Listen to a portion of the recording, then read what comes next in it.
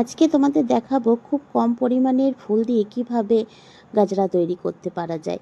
তো এখানে নিয়েছি আমি ঝিপসি।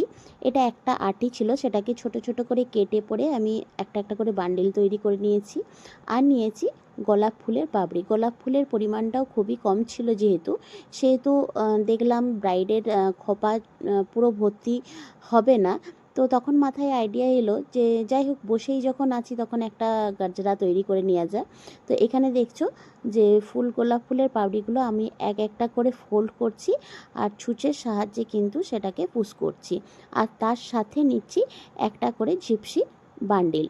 তো ঝিপসির বান্ডিলটা যেহেতু লোকাল ছিল, সেহেতু মানে ফুলের গাজরাটা গর্জাস হয়নি। আরও গর্জাস হতো যদি ঝিপসিটা একটুখানি ব্যাঙ্গালোর ঝিপসি থাকতো। তো এই তো দেখো আমাদের গাজরাটা তৈরি হয়ে গেছে। এইভাবেই তোমরা যারা নতুন কাজ করছো, এভাবেই তোমরা গাজরাটা তৈরি করতে পারবে। আর এখানে আমার ব্রাইড আসেনি বলে তাই একটু আমি ঢং করে নিলাম।